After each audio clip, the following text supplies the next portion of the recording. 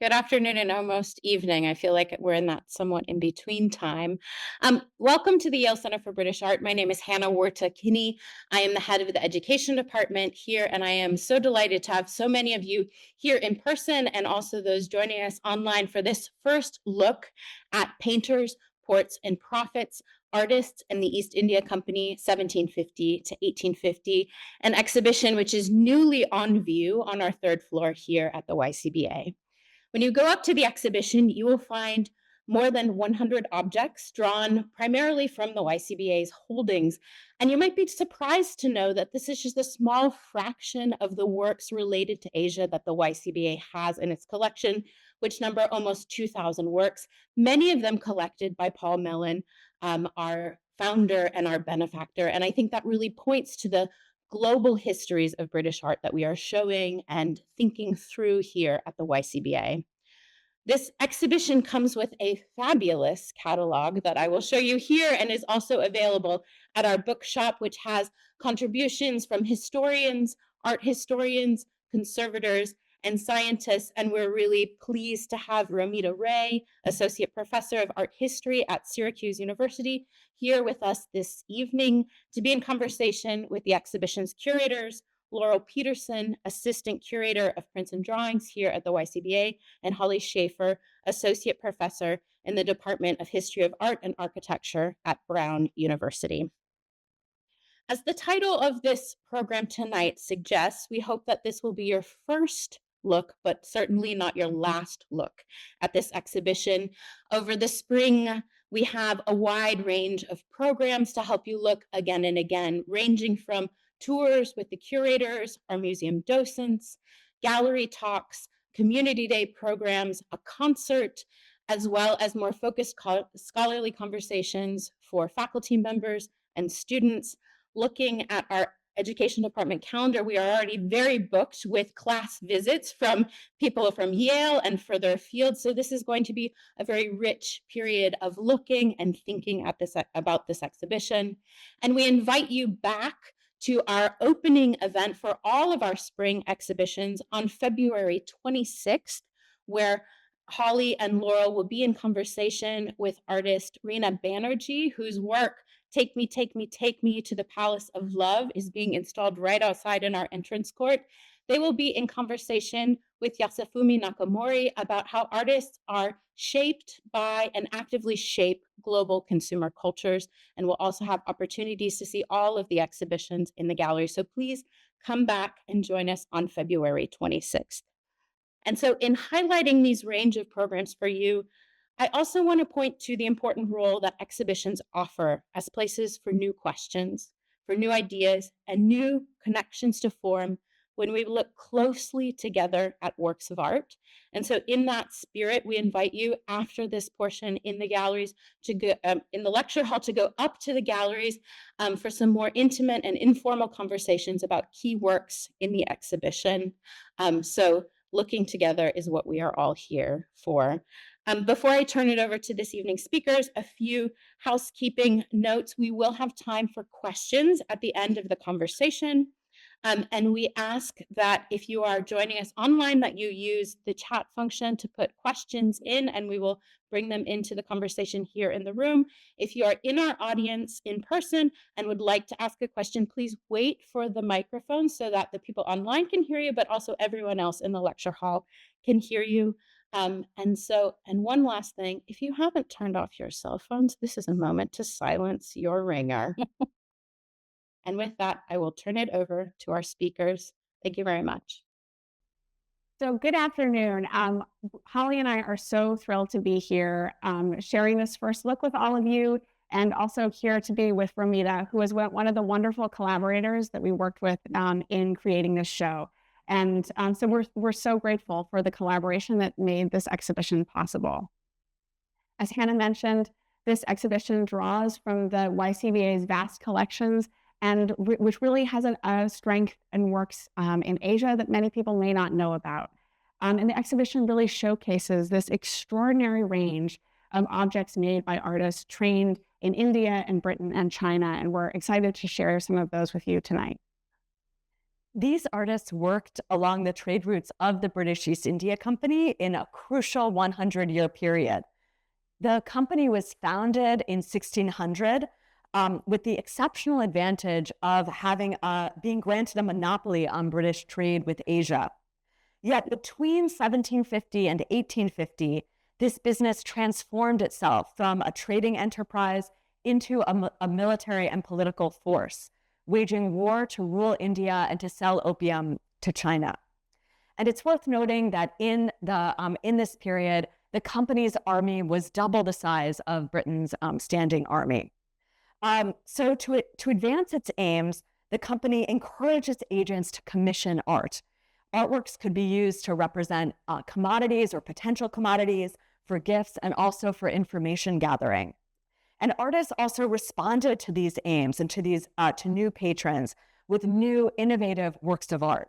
Coming from a range of backgrounds and skill sets, they combined regional methods with new materials and techniques to create a striking visual language that connected their arts to an ever-expanding global economy. And this exhibition really focuses on a tension between the ruthless ventures of this corporation and the works of great beauty that were produced by artists who are working under its auspices. And so as you'll move through the show, and we're going to give you a brief overview of what that's like if you haven't had an opportunity to go to the galleries yet, the exhibition is going to take you on a journey across Asia through sites where the company held or sought power. And you're seeing the cities that we focus on in the exhibition on the map. And you can also see the way in which company power grew during the period of the exhibition, from the light yellow to the darkest yellow, growing by 1857 to cover so much of the Indian subcontinent. And also, we highlight the connections with China. So the first, once you enter the exhibition, the first focus is on the ports of trade, introducing some of these key ports where the company sought power or held power in the 18th and 19th centuries. After setting up the global reach of the company, we focus on some of the first cities where the company held political power in Eastern India. There we see groups of artists interacting as they documented knowledge for company agents, including information about the people and places they now governed, as well as the plants and animals they encountered, such as a painting of a bat whose wingspan can reach up to 5 feet. And one of the real standout moments in the exhibition comes in the next section devoted to the cities of Lucknow and Faizabad, where the company was seeking power and wealth. And in this room, where we show this amazing 37-foot long scroll, which depicts the city of Lucknow from the River Gumti. The first half is on view now, and come back after March, and you'll get to see the second half. We're showing it alongside Tilly Kettle's magnificent oil portrait, which may be familiar to many of you who come to the YCBA, but alongside a loan from San Francisco of Mir Chand's own elaboration on this painting on an exquisite album page. The next section turns to one artist's view, an artist named Gangaram Chintamantamba, who is based in Pune in Western India, and the works that he made for an East India Company agent named Charles War Mallet. And Mallet was in the region to negotiate an alliance with the local rulers, and from there to control trade on the western coast of India. And through Gangaram's drawings, his notes, and other records, we see how he experimented with different techniques, papers, and paints. And a real highlight of this section, as you see in the watercolor box and pigments and mussel shells, is that focus on pigments, like the color Indian yellow, derived from the urine of cows fed exclusively on mango leaves. So from Western India, we move to China to focus on two of the most important commodities traded by the company, tea and opium. Tea was grown almost exclusively in China, where trade was tightly controlled by the Qing dynasty. The British consumed vast quantities of tea, infamous amounts, but the company didn't have any political power here, and it didn't have any goods that China was interested in trading for. So to balance the trade, the company began smuggling opium, which was grown in India, bringing it into the country and addicting millions of people in China. in this region, in China, Westerners could only trade in the ports of Canton and Macau. And in these cities, art markets flourished. And we focus in this section on portraiture, particularly on the artists George Tinnery and Lam Qua, who are both running very prosperous portrait businesses and highly sought after by company agents. In the last section of the exhibition, we kind of shift the tone a little bit to look at common subjects across works made by artists working for company agents or a company-oriented market. And to really ask that question of what is a company's art and how did artists work in company with one another to create it? What we might think of as an artist company. Artworks such as these have often been categorized by commercial terms called company paintings when related to Indian artists or export paintings by Chinese ones. This exhibition asks us to look beyond these geographic and ethnic divisions to explore how the exchange of ideas connected artists, regions, and commodities. And in the trio of landscape works we see here, we can see how both British and Indian trained artists represented landscapes that incorporate architecture and bodies of water. We see similarities, but also differences in the use of perspective and the points of focus. Yet all of these artists understood the business of art, working across traditions to make and market art. So after this overview, in our conversation today, we really want to focus on one of the major themes that runs through the exhibition, which is on artists' attention to plants and animals. Many of the goods that the company traded were plants or were derived from plants. And the artists, too, were working with pigments that were and materials that were derived from plants as well. And so this attention to the lucrative possibilities of trade is a theme that runs through the show and runs through many of these works. And we often see in these arts curiosity and wonder at plants and animals overlapping with a market-oriented mindset.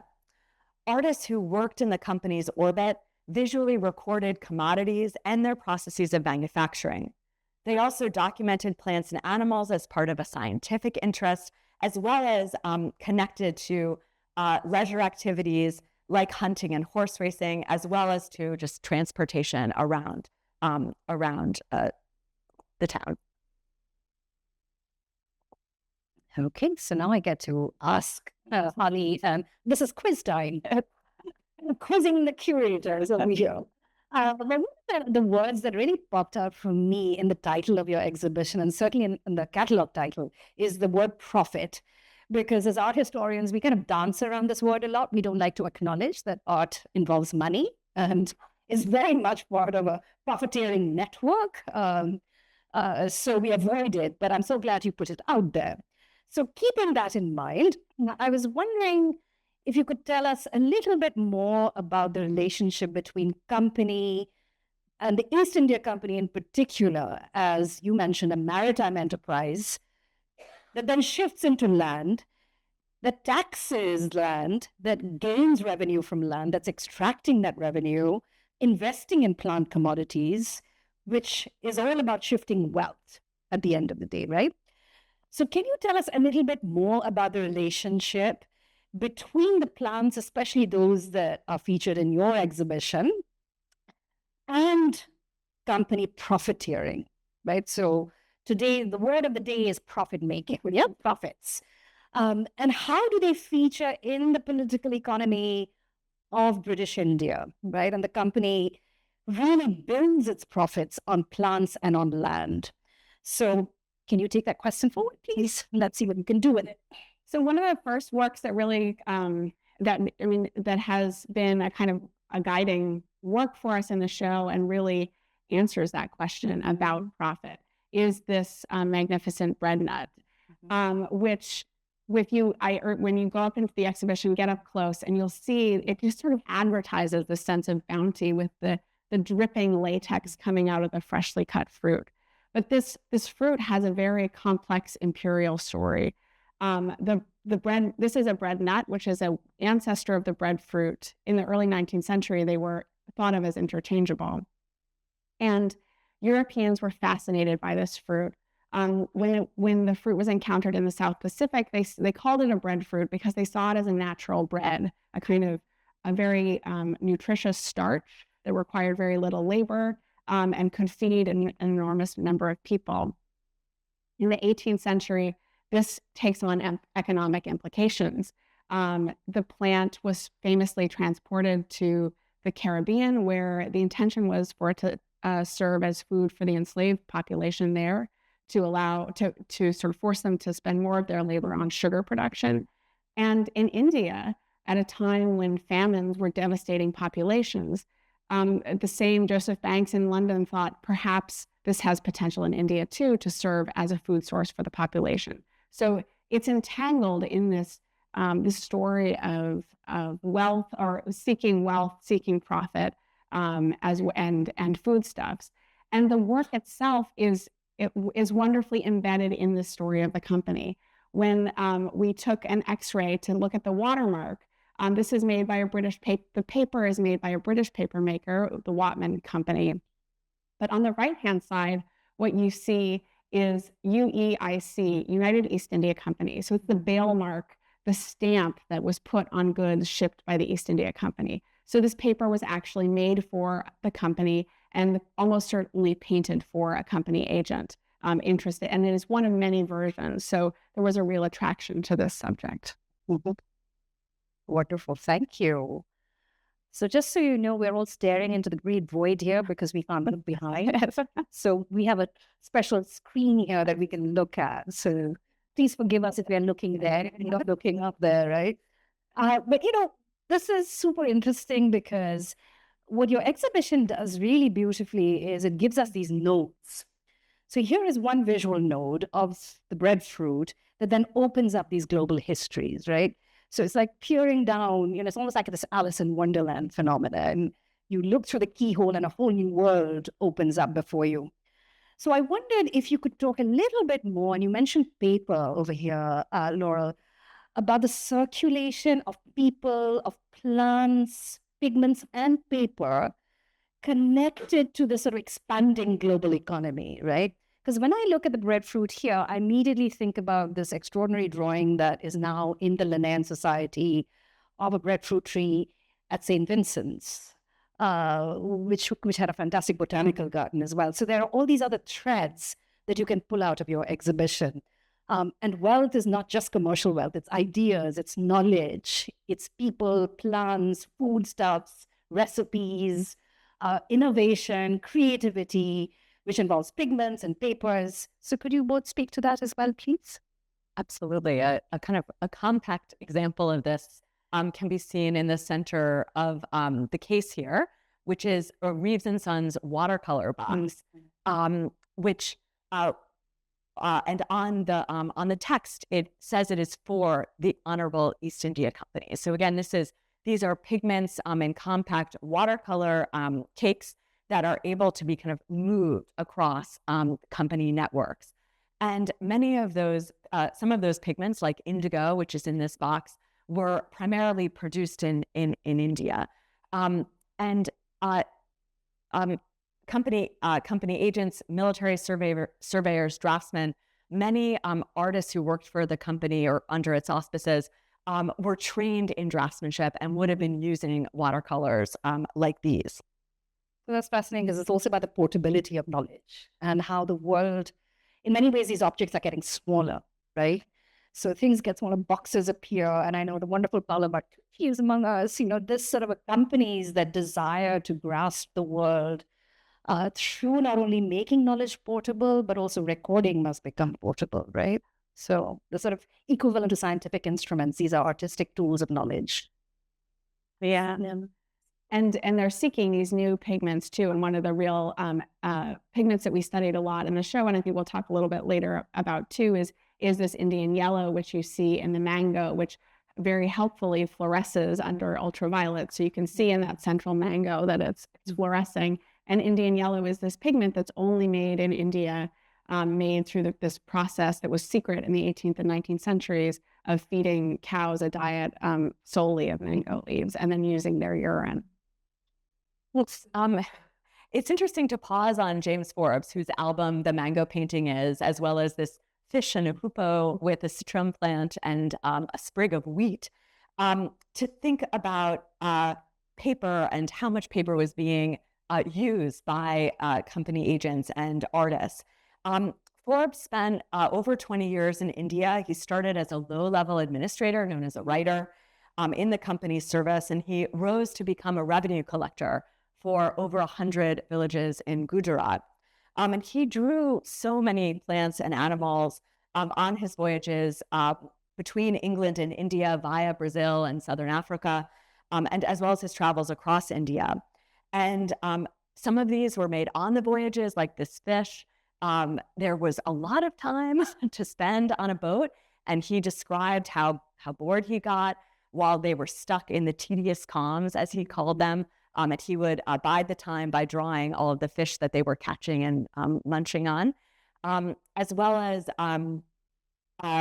birds like the hoopoe that were more exotic, that he really spent time focusing on their color and their plumage, as well as the kind of puckering taste of fruits like that citron. And he also focused a lot on plants that brought the company great wealth, right? Either through supplying food to laborers, as well as essentially the money that were the taxes that they were collecting.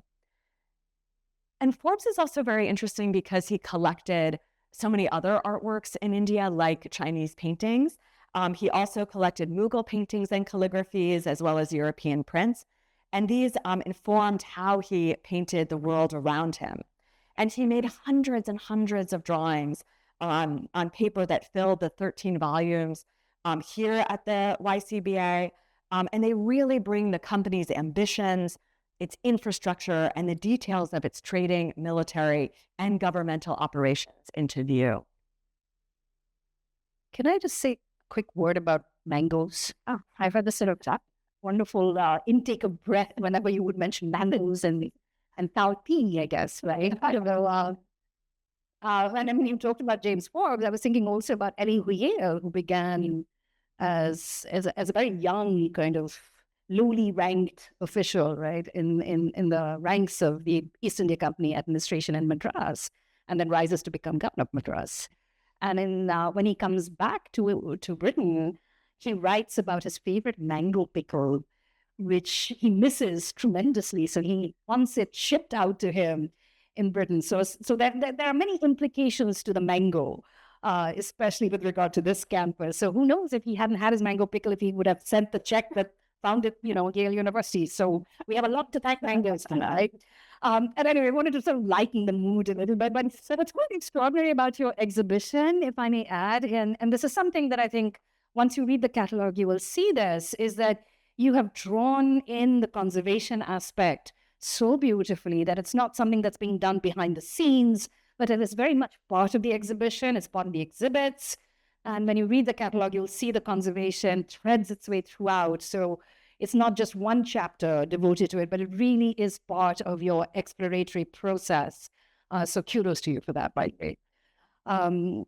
So we are on to Spiridione Roma. Was it? Where are we? We are not. Okay. So this is a super fascinating image because we are talking about the way in which the company becomes an art patron, right?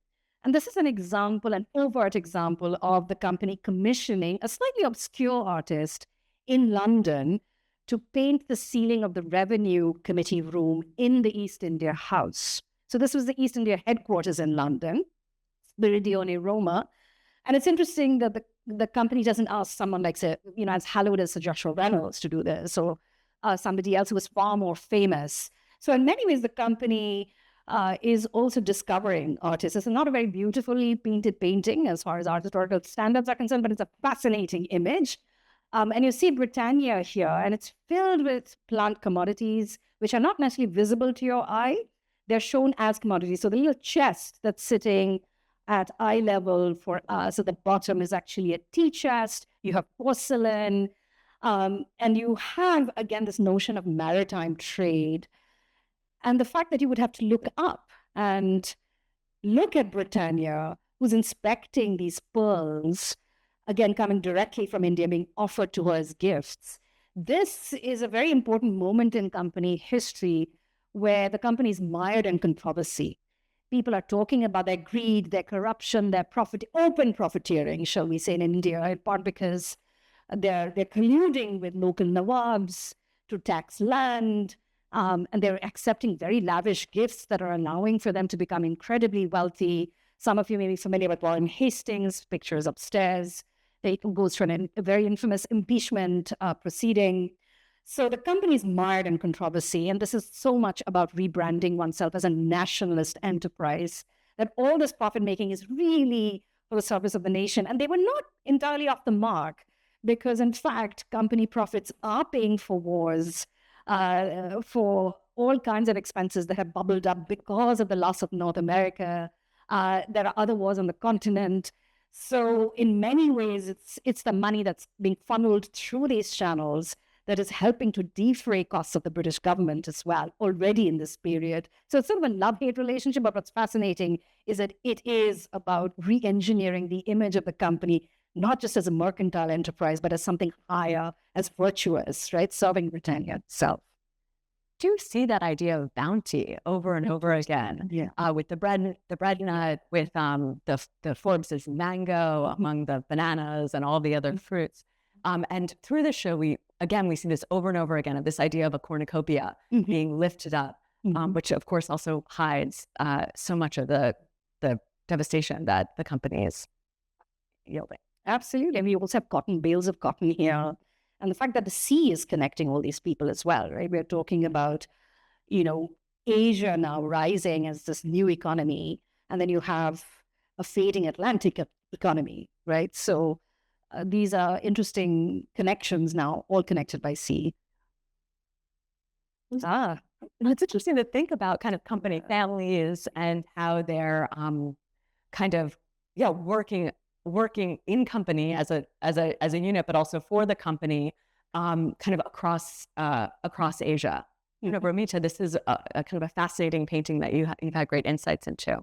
Well, I mean, this is one of my favorite paintings to look at. It's in the National Maritime Museum in Greenwich, and in part because it's exactly what you said, that the company is about also family enterprise. And we forget this because when we think about the company as a mercantile enterprise, we're all, we're thinking about these individuals, early capitalism, and everybody's out there for themselves. But over time, several generations are involved with the East India. They become company families, literally. So what's fascinating about this image is the youngest brother is pointing towards Canton or Guangzhou on the map, and the other brother on the other side, the middle brother is the oldest, and the other one is the brother in between. He's pointing towards Calcutta. So it's showing you a completely different understanding of geography. This is no longer Boston. This is no longer London. It is about lives that are being lived between places like Canton or Guangzhou and Calcutta. So Bengal but they're all connected. You cannot have this history without what happens in Boston or in America for that matter. They're all connected. And also very dependent on paper. Yes. Ultimately, it's all about the writers. You couldn't run the company without your writers or clerks. And this was, famously, I think it was V.S. Naipaul who wrote that India has the most advanced state of bureaucracy, in part because of this legacy. So masses of files. So this is the writers building an entire sort of corporate office headquarters where clerks would keep meticulous records. So when you show the Whatman papers, the flip side of that is paper is also being used to record everything from, a pin or a muslin cravat that you're wearing or what you're drinking, to the bigger sort of picture, right? So this is where it was all housed. So paper as part, again, of the financial engine of the company, and what that must have taken to also transport paper across, because, this is the city of Calcutta where I grew up in, so it's very exciting for me to actually be in dialogue with you, because, we are talking about humidity. We are talking about certain kinds of climatic conditions which are not conducive to paper production, or for that matter, preserving pigments, but it's happening in mass quantities, right? So in many ways, this is about all those tensions that I think we need to keep in mind when we look at your exhibition as well, that these are very fragile objects at the end of the day. And the Whatman paper makers, who in this, as an art historian, I always think of in terms of their artist materials, are also making paper for the East India Company to prevent, in terms of forgery. They're making specific kind of anti-forgery papers, so they're all implicated in this. And they're building massive archives, and your show is drawing from those archives, essentially. So, yeah. There's one work in the exhibition that really brings this kind of story of papers and pigments together. And that is this work that is one of the first that you see when you enter the exhibition. And we've come to know a lot about it through conservation. But on what we're looking at is a yellow-eyed babbler perched on a Chinese hat plant, this beautiful flowering plant that we see at different stages of its growth. If you're familiar with natural history drawing from this period in Europe, this is sort of the tip, as we saw with the bread net, this kind of highlighting of one or two species on a piece of paper to study. And actually, and you've gotten to see, do your own study for your beautiful essay in the catalog. Well, what was fun about working with Holly and Laurel on the show, and my contribution is very minimal, is that when you work on these essays, they become these lines of inquiry for those of us who enter the project from outside. So you start discovering, once you start following that thread, you start painting it in other places. And what was fabulous is last May, the Yale Center for British Art had organized a big conference on animals and art, and had organized a trip to the Peabody Museum, not far from us, and a yellow-eyed babbler specimen showed up there. So I was so excited to see, and he's actually a little larger than the guy that you see in the painting. So once again, this art of representation is also to a certain extent about a little bit of exaggeration here and there, but it's really to also, I think, please the eye in many, many ways. So yet there is your yellow-eyed babbler, and looking, poor thing, it's a specimen, so it's dead. But this is also about animating dead specimens and bringing them back to life on paper in very, very interesting ways. So your exhibition inadvertently connects to other collections at Yale, but it also connects to this fantastic specimen. So then I was in London at the Linnean Society, and of course I had to ask if they had a specimen of Chinese hairpin, and there, lo and behold, they did have a specimen. So yay for Isabelle Charmontier, and yay for Amy Myers for introducing me to her. And here is a very faded specimen. This is another reason why we wanted to show you this slide, because it gives you a sense of why color is so bright in these images that you see, these paintings, because by the time the specimen is recorded and preserved over time, it loses color, right? So one of the ways in which you could retain color, and this is again for the study of natural history, was to record the specimen on the spot right away. And color is also very important in terms of explicating or explaining the architecture of something, the spatial properties, the affinities, the differences. So it explains a lot more than just please the eye. So it was absolutely essential to scientific study, which at the same time is, of course, incredibly visual. So just wanted to throw that in as well. And color is a wonderful thread, because also actually studying the pigments of this work really helped us to understand it better and to think about.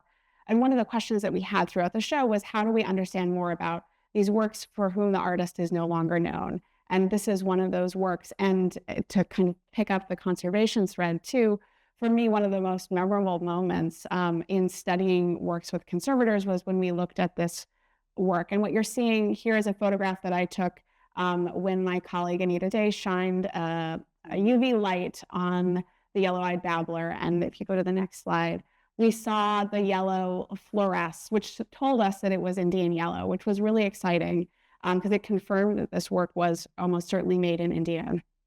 But then we also saw, can you go back just a second? We also saw that you can see that the green is fluorescing too. It's a bit brighter, which suggested that it was used as a mixture. And so then we worked with our colleagues at the Institute for the Preservation of Cultural Heritage, Richard Hark. He scanned this to make chemical maps. And through that, we were able to learn even more. And we learned that the pigment used, the blue pigment, was Prussian blue, which is a pigment that was in this period only made in Europe. So exported from Europe to India, mixed with Indian yellow to make these wonderful green leaves. And the red, the chemical maps indicated to us that it was vermilion, almost certainly from China. And so in this one work on British-made paper, we see a whole world of materials coming together. And I love the term chemical map because in many ways you can think about the paintings as color maps. Okay. So now on to the other side of the story. We've looked at the plants. What about the animals? How do they fit into this story that you're trying to tell about art making, profiteering, and more? Yeah. No, here we're looking at kind of two really remarkable paintings in the exhibition by Bhavani Das, a bat on the left. Again, that same bat with that giant 5-foot wingspan, and on the right, a stork who has actually flipped up a portion of the shell in order to lunch on a snail that's buried within. And both of these paintings were made for Lady Mary Impey, who was the wife of an East India Supreme Court judge who was recently appointed in Calcutta, again, as part of that kind of administrative unit to govern the region. And she had a craze for natural history paintings. She wanted to be part of kind of a global scientific community, as well as to kind of document the birds that she herself was collecting. She had a substantial aviary. And she also just kind of looked outside in Calcutta where those types of storks would have kind of been everywhere. Whereas the bat in this case likely would have been taxidermy, almost surely would have been taxidermied in order to see that extent of the wingspan.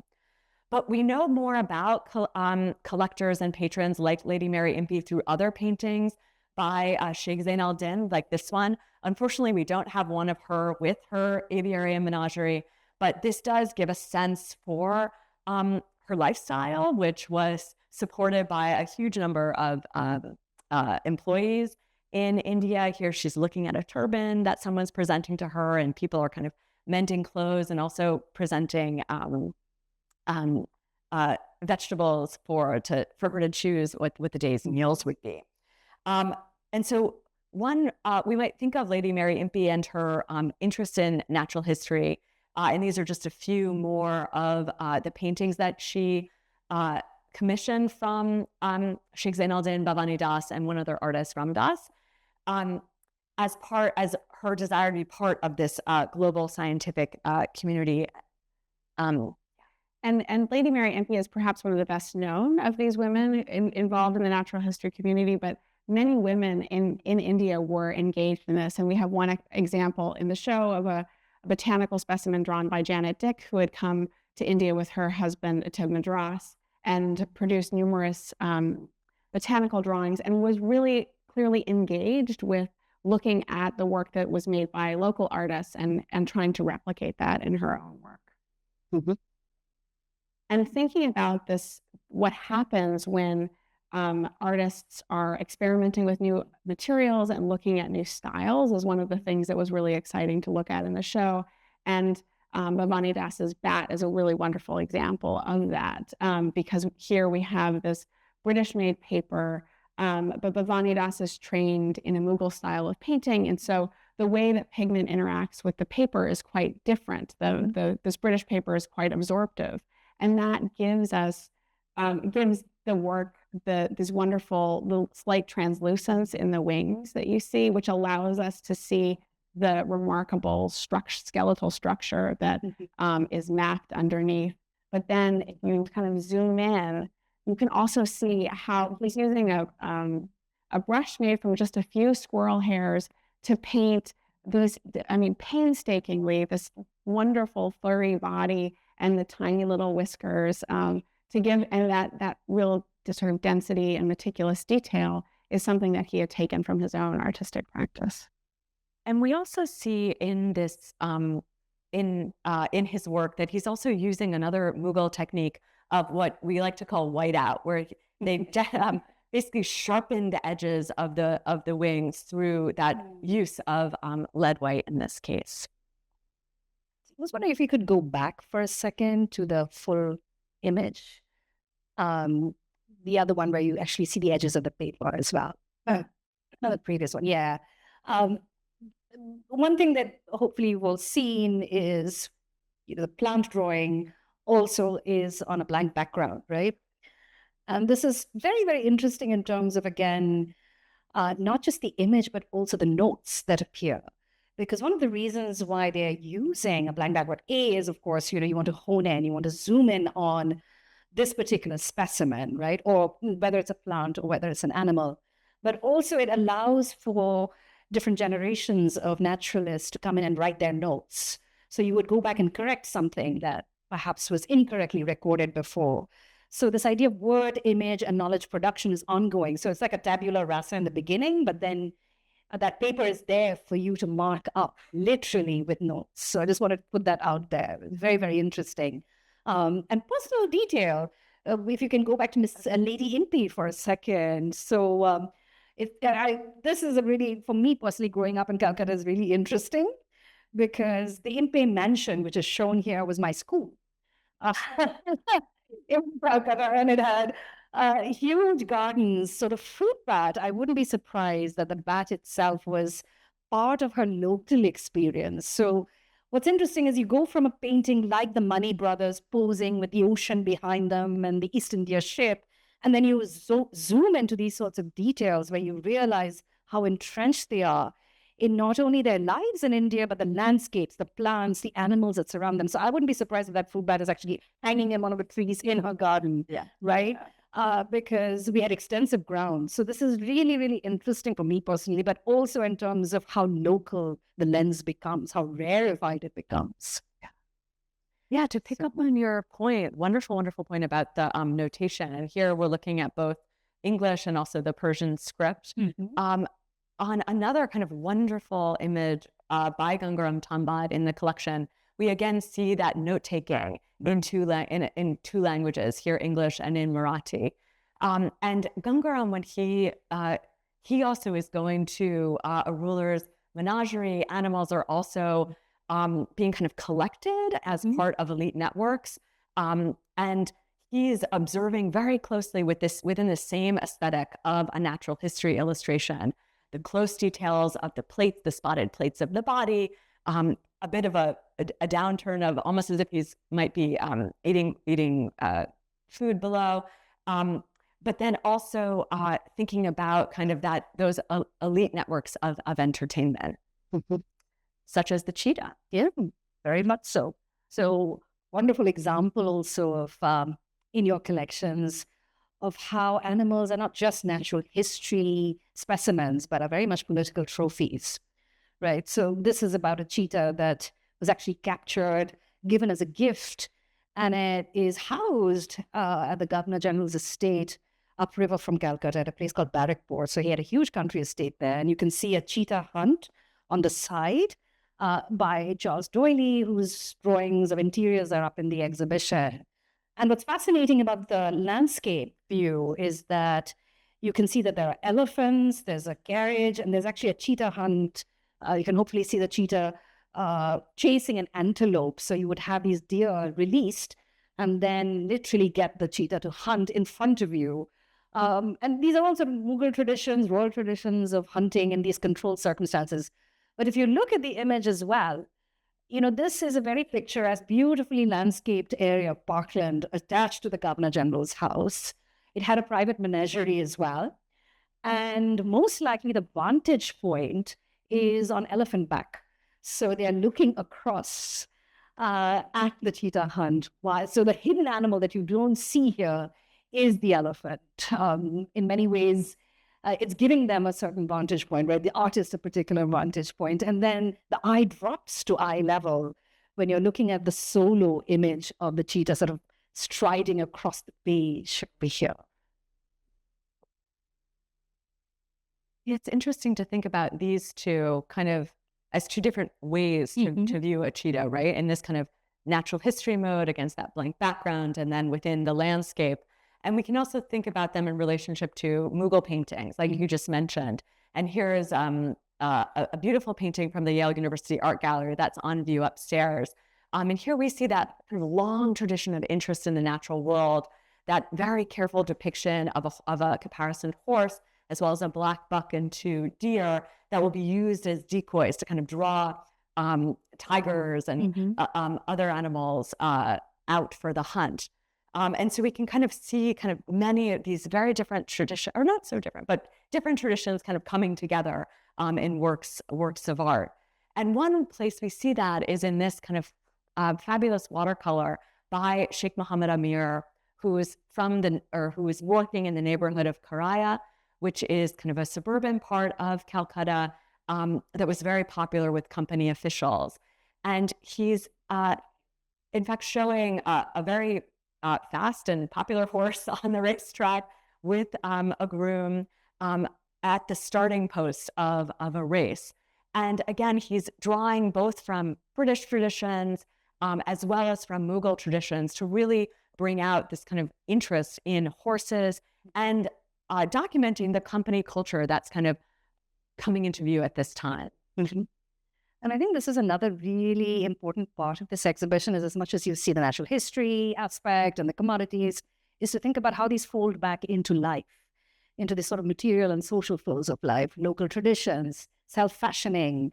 How do you think about colonial traditions, right? So there's a lot happening on the ground that emerges, that are entangled with the plants and the animals that you're showing us, which become part of everyday life. Yeah. So any thoughts about that? Yeah, I mean, it's really interesting to think about that with tea as another example. And this is, again, one of the paintings that you've spoken about so beautifully and written about so beautifully that really shows tea being consumed in India. Mm-hmm. So I want to try and keep this very brief because we're not behind time. But the centerpiece of the painting is a tea table. This is a moment where tea is still very much a Chinese luxury. About 100 years later, tea will be, in fact, manufactured in India. But the person who's probably the wealthiest man in Bengal at this time and is in the group is the man holding the sort of long coiled pipe of the hookah. And you see him sitting there on the hubble bubble, the hookah, with a servant behind him who's preparing the tobacco for the pipe. And he's John Prinsep. And speaking of families, he is the patriarch of a very distinguished family that will sweep through the 19th century, filled with brilliant men and women. And what's interesting about him is that his wealth is, in fact, built on indigo and chintz. And when you visit the exhibition, you immediately encounter chintz in the first opening gallery. So keep Prinsep in mind when you do that. And he sets up, I think, very early on plantations, far before the tea plantation will come into place, but it's something to keep in mind. So in the center, you have porcelain teacups, and you have a silver teapot that belongs to the family portrayed here. And this is in the Oriole family. So what is also fascinating about this image is how identity, when we think about the British East India Company, we only think of, English, Scots, Welsh, right? But here we have a French Huguenot family that has settled in India as part of the British East India Company. And the silver teapot is being held up by a little boy who's one of the pages, well, he's one of the servants, the only one in Western uniform with a turban on. Very easy to miss him. And he's kind of the equivalent, I would say, to a black enslaved figure that you oftentimes find in Bogart, for instance. And the silver is very interesting, too, because that is the material that is being used to pay for tea, right? And what's going to happen is by the end of the 18th century, the British will manage to outmaneuver the Dutch, who are really leading in the China trade, with the help of opium. So they begin to pay for tea in larger quantities of opium rather than in silver.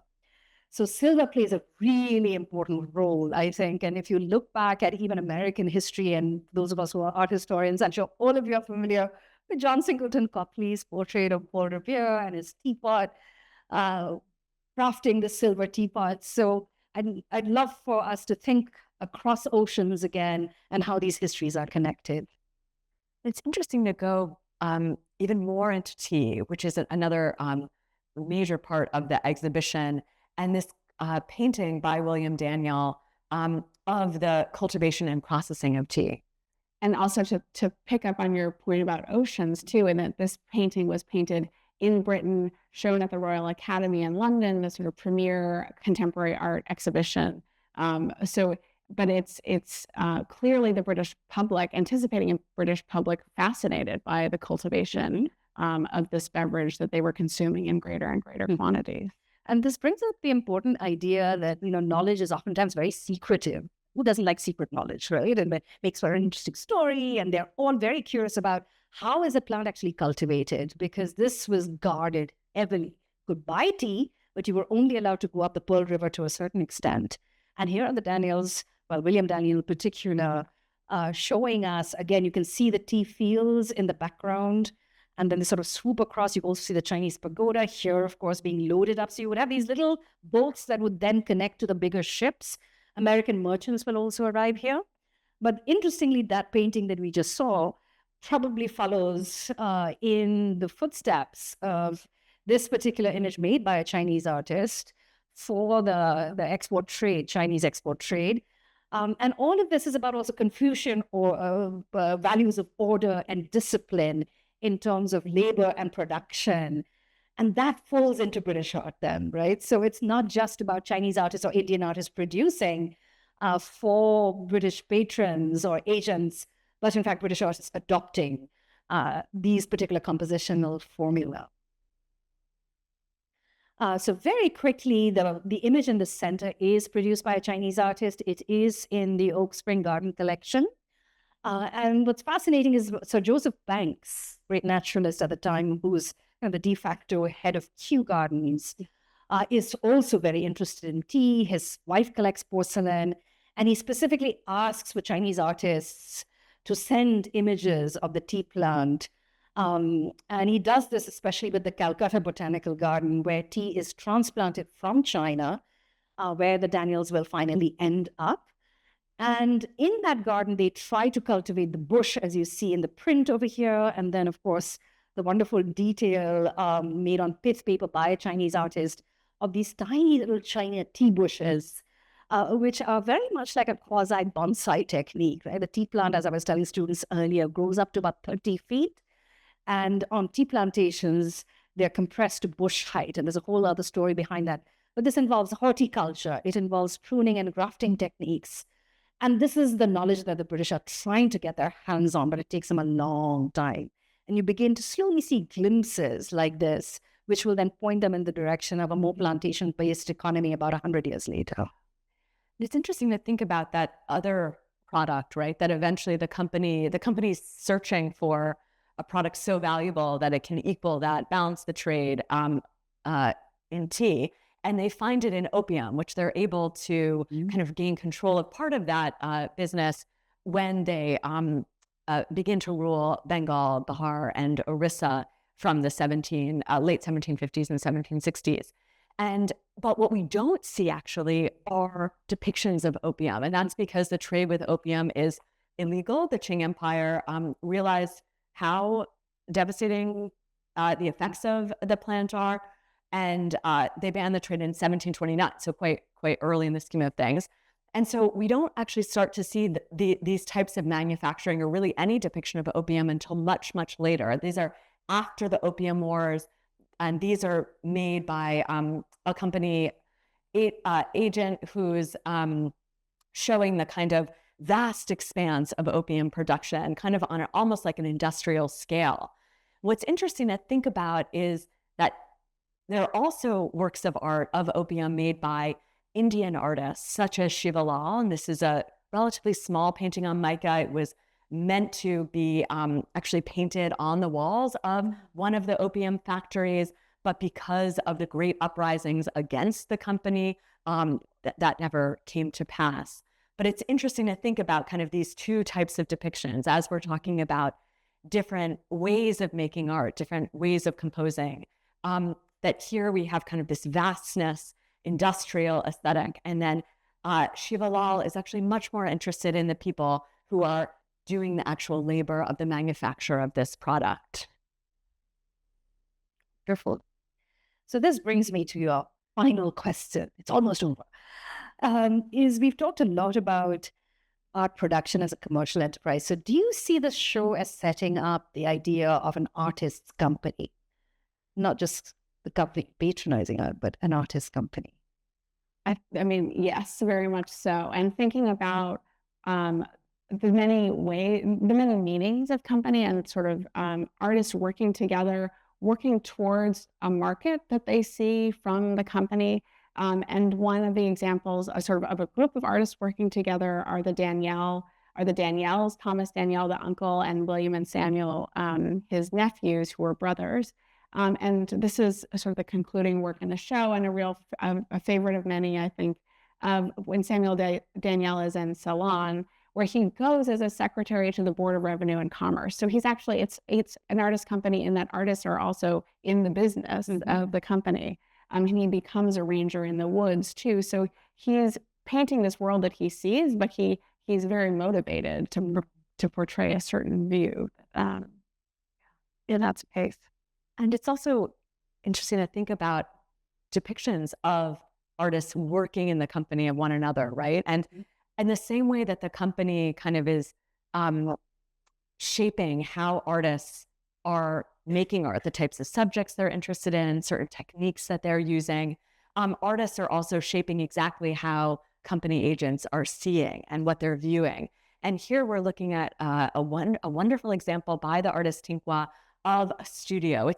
It's an imagined studio. Tinkwa's actual studio moved a number of times, and he realized that there was also a market for this type of art, the view of the artist's studio. There are at least 13 copies of this image where sometimes the name changes at the top between Tinkwa and Lamkwa, who were thought to also be related, to just kind of reinforce that idea of family workshops as well. And what is so wonderful here is you see some of those techniques that come when artists from different traditions are coming together. Tink was really interested in perspective. He's very playfully kind of showing kind of that entering into the window of the studio and kind of drawing you in. He's also showing Chinese paintings as well as kind of European style portraits as ways, different types of art that they're making. And we can think about his studio alongside someone like Gangaram, who's working, again, alongside artists. Here, he's using a viewing frame to depict architecture.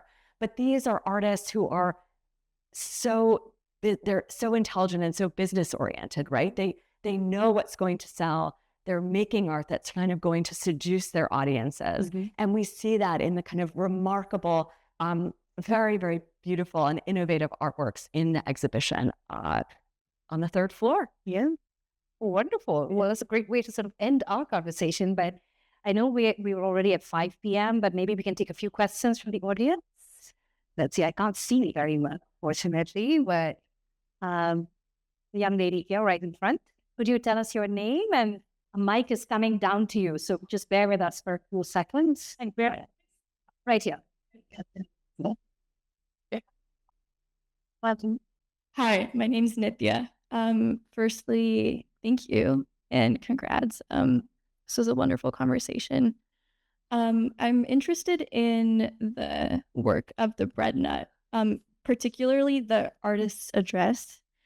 I'm used to seeing artist address. Yeah, so I guess I'm used to seeing you address an artist as unknown artist, but the way that you address the bread nut in the presentation is in two ways: artist once known and artist now unknown.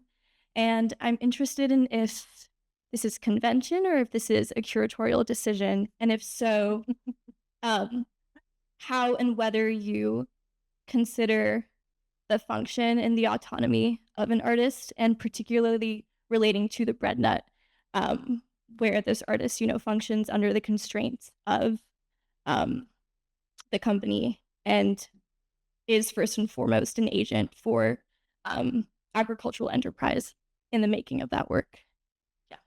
It's a great question, and I love this. I love that the sort of artist now unknown is of interest, because I think it speaks to something that was really important to us in the show, to acknowledge the fact that the artists may very likely were known at one time. It could be multiple, and often these works are produced by more than one artist.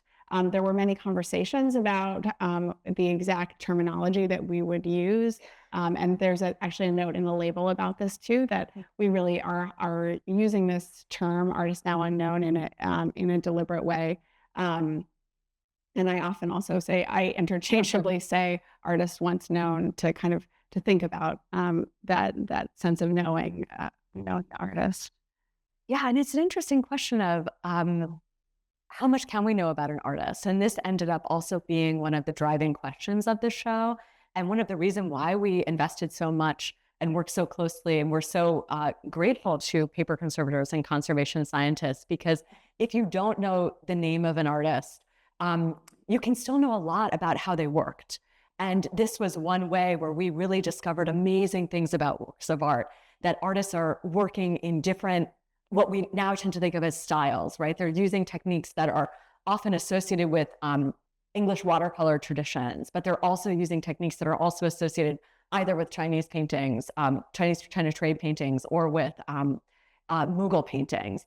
And so even though we might not know the name of the artist, again, we really wanted to stress that we can still know a lot about an artist if we're maybe, or at least trying to find the right questions. And one thing I think I neglected to mention when I was talking about the bread nut is that we were able to learn something more about the artist of the bread nut. In the inscription, you see the name of the bread nut in 3 different languages, the first being sukun, which is the Malay word for bread nut, which indicated to us that it was likely painted in present-day Malaysia, and that it was likely done by a Chinese artist because there are many other versions that came about. Thank you. A question from Ankush. I think he's got a question in front. Just take one more question. Hi. I also had a question about artists. When we look at these works and during your research for this exhibition, was there a way that you could tell just by looking at the works or the language about what could have been the relationship between the artist and the patron? How much of the patron's vision is present in these works, and how artists were responding to this vision? Were they, sort of conforming to an expectation, or were they trying to defy the expectations of the patron? Yeah. Thank you. It's a wonderful question, and it depends on the artist or the artist groups. And one thing we really, in some ways, what motivated our selection of works for the show and the cities we were focusing on was to really focus on artists who we knew were working with other artists, right? And that's kind of as everyone knows, like that's the research involved, right? So it was uncovering those stories. And so in some instances, we know that the artist actually had a lot of leeway. So someone like Gangaram Tambat, he's working for Charles Moore Mallet, but because there are in fact so many textual records, including his own writing, we know that he kind of made up his own way. Like one great anecdote about Gangaram is that he was told to draw architecture in the region, but where he went and how he drew was up to himself. And so there was a temple quite a distance off, and he knew that that road to that temple was known to have robbers. And so he said, and so everyone around him was like, oh, you should carry a gun. And he was like, I don't want to carry a gun. And so he just said, I'm just going to go naked, and then I'll be able to find my way. And you get a real sense for this art, his personality, right? That he's not interested in violence, that for one. And it is true that we also know that he was a devotee of a guru, and that he also drew his guru and his fellow devotees, and that in fact Mallet ended up giving the guru money, which we know from the ledgers. So Gangaram clearly was impacting Mallet as much as Mallet was impacting him. So that's kind of one kind of great example. And I think you also see artists who are working for an open market, someone like Jairam Das, who you write about, kind of these images getting replicated again and again. And so you think, well, this is clearly being sold. This is not being directed towards a specific patron, but rather towards a taste that an artist think will be successful. Yes. Yeah. That happens a lot, especially with the natural history drawings. So certain plants like the breadfruit, and even with animals, the cheetah that you see, if you look at the Wellesley album, there are several albums where they're following this formula, where each artist picks up what the other artist has done and is basically the patron saying, draw this, similar to what you've already seen.